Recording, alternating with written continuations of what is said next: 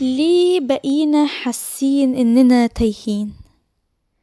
لو حسيت قبل كده إنك عايش بس مش حاسس إنك موجود، الحلقة دي ليك.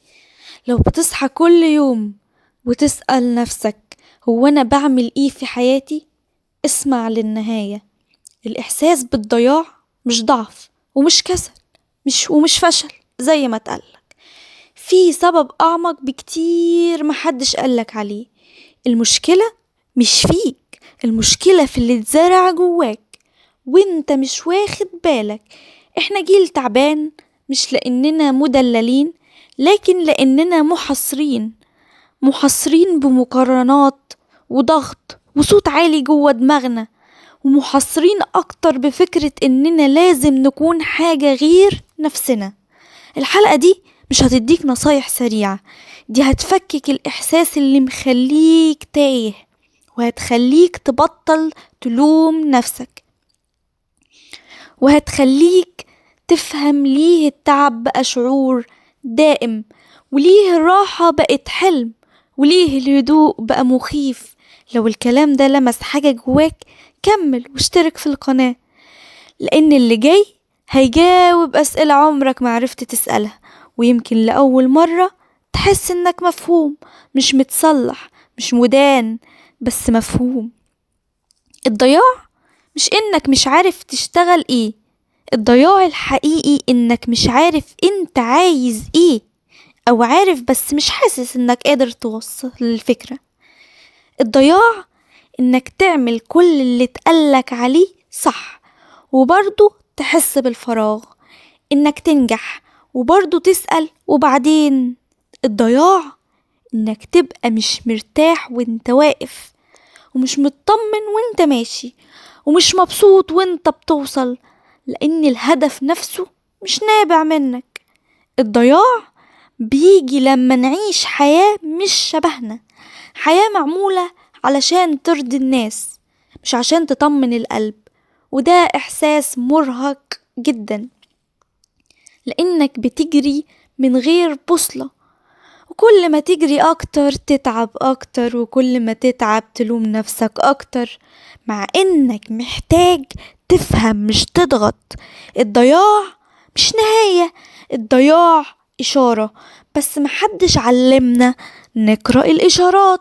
علمونا نكمل، نسكت، نستحمل، نضغط لحد ما نتكسر، وبعدين يقولوا علينا ضعاف، مع إننا كنا محتاجين نفهم، بس نفهم نفسنا، نفهم إحنا مين ورايحين فين وليه أصلا بنمشي. الضياع سؤال مش تهمة، لكن المجتمع حوله لتهمة، فبقينا نستخبى ونمثل إننا تمام وإحنا مش تمام. وده أصل التعب اللي ملوش اسم ولا دواء. السوشيال ميديا دخلت حياتنا على إنها تسلية، لكنها بقت مراية مزيفة بنقيس نفسنا بيها وبنجلد نفسنا بسببها. كل صورة نجاح بنشوفها بتسحب منك حتة رضا، كل إنجاز قدامك بيخليك تحس إنك متأخر قوي، حتى لو إنت ماشي صح، لأنك مش ماشي بسرعة أو مش ماشي في نفس الطريق. وده ظلم، لأن كل واحد ليه توقيته، بس السوشيال ميديا ما بتعترفش بالتوقيت، تعترف بالنتيجة بس، وده بيقتل الرحلة ويخليك تكره نفسك وانت لسه في الطريق. غير ان دماغك اتعود على السريع، على المختصر، على السهل، فبقى العمق تقيل والتفكير مؤلم والهدوء مقلق، فتهرب تفتح موبايلك تزود ضياعك وانت فاكر انك بترتاح، بس انت بتتخدر. والتخدير مش راحة، التخدير تأجيل للألم، كل ما تأجل الألم يكبر، وكل ما تأجل الألم يكبر، والسوشيال ميديا بتكسب وانت تخسر تركيزك، وقتك، إحساسك بنفسك، ثقتك وهدوءك، وتبدأ تحس انك مش كفاية، مع انك طبيعي جدا، بس في بيئة مش طبيعية، بيئة بتقيس الإنسان بالأرقام مش بالقيمة، بالمقارنات مش بالرحلة، باللايك مش بالراحة. وده بيصنع جيل تايه مشتت، مش لأنه فاشل، لكن لأنه متلخبط، مشدود من كل اتجاه، ومحدش سايب له مساحة يفهم نفسه ولا حتى يغلط ولا حتى يقف. كل حاجة لازم تبقى سريعة، وانت بني آدم مش آلة. وده الصراع الحقيقي، صراع بين طبيعتك وبين العالم اللي عايز غيرك، وده بيستهلكك يوم ورا يوم. لأننا اتعلمنا ان القيمة في الإنجاز مش في الوجود. اتعلمنا اننا نتحب لما ننجح مش لما نكون نفسنا. فبقينا قساء قوي على نفسنا، بنحاسبها اكتر ما تستحمل، وبنقارنها باشخاص مش شبهنا، وبنطلب منها تمشي في الطريق مش ليها. ولما تتعب نزعق لها مش نحتويها. وده بيخلق صراع داخلي، جزء منك تعبان والجزء التاني بيضغط عليه. فمين يكسب؟ ولا حد. الاتنين يخسروا، لانك مش محتاج ضغط، محتاج فهم، محتاج توقف تسمع نفسك مش تحكم عليها. جلد الذات عمره ما صنع انجاز، بس صنع اكتئاب وقلق وخوف من الفشل وخوف من البداية. لان بقى عندك صوت داخلي قاسي، صوت بيقولك مش كفاية، اتأخرت، غيرك سبقك وانت صدقته. مع ان الصوت ده مش صوتك، ده صوت المجتمع، صوت المقارنة، صوت السوشيال ميديا. وانت محتاج تفصله، او على الاقل تشكك فيه، لان مش كل فكرة في دماغك حقيقة، وفي افكار بتأذيك ومحتاجة تتراجع مش تطاع. ودي بداية الوعي، مش انك تبقى اقوى، لكن انك تبقى احن على نفسك، لانك عايش مع نفسك طول العمر وما ينفعش تبقى عدوها. الضياع احيانا صرخة من النفس بتقولك كفاية ضغط، كفاية ضغط، كفاية جري، كفاية مقارنة. بس احنا مش بنسمع غير لما نتعب قوي ونقع، وساعتها نبتدي نفهم بعد ما خسرنا هدوءنا ووقتنا وثقتنا وأحيانا نفسنا. الحل مش انك تبقى شخص تاني، الحل انك ترجع لنفسك، تبطل تجري وتقف شوية، تسأل نفسك بصدق انا تعبان ليه؟ انا عايز ايه؟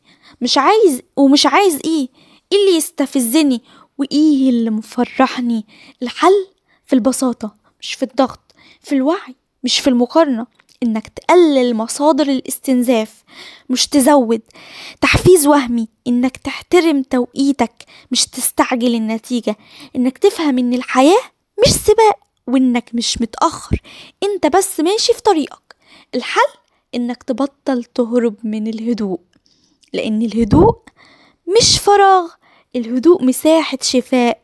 الحل انك تتعلم تكون لوحدك، من غير موبايل، من غير تشتيت، من غير مقارنة، لانك محتاج تسمع صوتك الحقيقي مش صوت العالم. وده صعب بس ضروري، ومش هيحصل في يوم ولا في اسبوع، لكن كل خطوة صغيرة بتفرق. كل مرة تقفل الموبايل بدري، كل مرة تختار نفسك، كل مرة ترفض مقارنة، كل مرة تكون أحن، دي انتصارات حتى لو محدش شافها، لأنك أهم حد يشوفها. والحل إنك تعيد تعريف النجاح. النجاح مش بس فلوس ولا شهرة، النجاح راحة، النجاح توازن، النجاح انك تصحى مش كاره يومك، نجاح انك تحس انك ماشي صح حتى لو ببطء، لان البطء مع وعي احسن من سرعة مع ضياع. وده محتاج شجاعة انك تبقى مختلف مش نسخة، شجاعة انك تعترف انك محتاج توقف مش تثبت انك قوي، لان القوة الحقيقية في الفهم مش في التحمل الأعمى. والحل إنك تعرف إن الضياع مرحلة مش هوية، مرحلة وبتعدي لو فهمتها مهربتش منها، ولو سمعت نفسك مش صوت غيرك، ولو اخترت الوعي مش المقارنة، ساعتها بس الطريق يبان. مش كله، بس الخطوة الجاية، ودي كفاية. لأنك مش محتاج تشوف العمر كله، محتاج تشوف الخطوة اللي جاية وتمشيها بهدوء وبثقة، ومن غير جلد ومن غير خوف ومن غير استعجال، لأنك إنسان. لو وصلت لحد هنا انت شخص بيفكر، وده في حد ذاته قوة. لو الحلقة لمستك اشترك في القناة، لأن اللي جاي أعمق وأصدق ومش بيدعي المثالية. القناة دي مساحة فهم مش ضغط، ومساحة وعي مش مقارنة. واكتب في الكومنتات انت حاسس بإيه، حتى لو كلمة، لأن الكلمة بداية شفاء. وانت مش لوحدك، ولا أول واحد يحس كده ولا آخر واحد. الضياع مش نهاية، الضياع بداية فهم. لو سمعت وفهمت واخترت تهدى مش تجري، شكرا انك سمعت، وشكرا انك فكرت، وشكرا انك موجود. الحلقة دي ليك مش للترند، بس لو ضرب الترند يبقى لان ناس كتير حاسة بنفس الاحساس، وده يخلينا نكمل نتكلم ونفهم ونبطل نحس اننا لوحدنا. لانك مش لوحدك ومش تايه، انت بس بتدور، وده حقك وده انساني وده طبيعي. خليك وكمل واحدة واحدة على مهلك. الدنيا مش هتطير، والوقت مش عدوك، ولا الحياة ضدك، بس محتاجة منك وعي مش جلد، فهم مش مقارنة، حب مش ضغط. وده طريق طويل بس يستاهل، لأن نهايته راحة مش تسقيف. سلام مش سباق، نفسك مش نسخة، وده كل اللي محتاجه تكون نفسك بس كده. شكرا ليك، واشوفك في الحلقة الجاية على خير.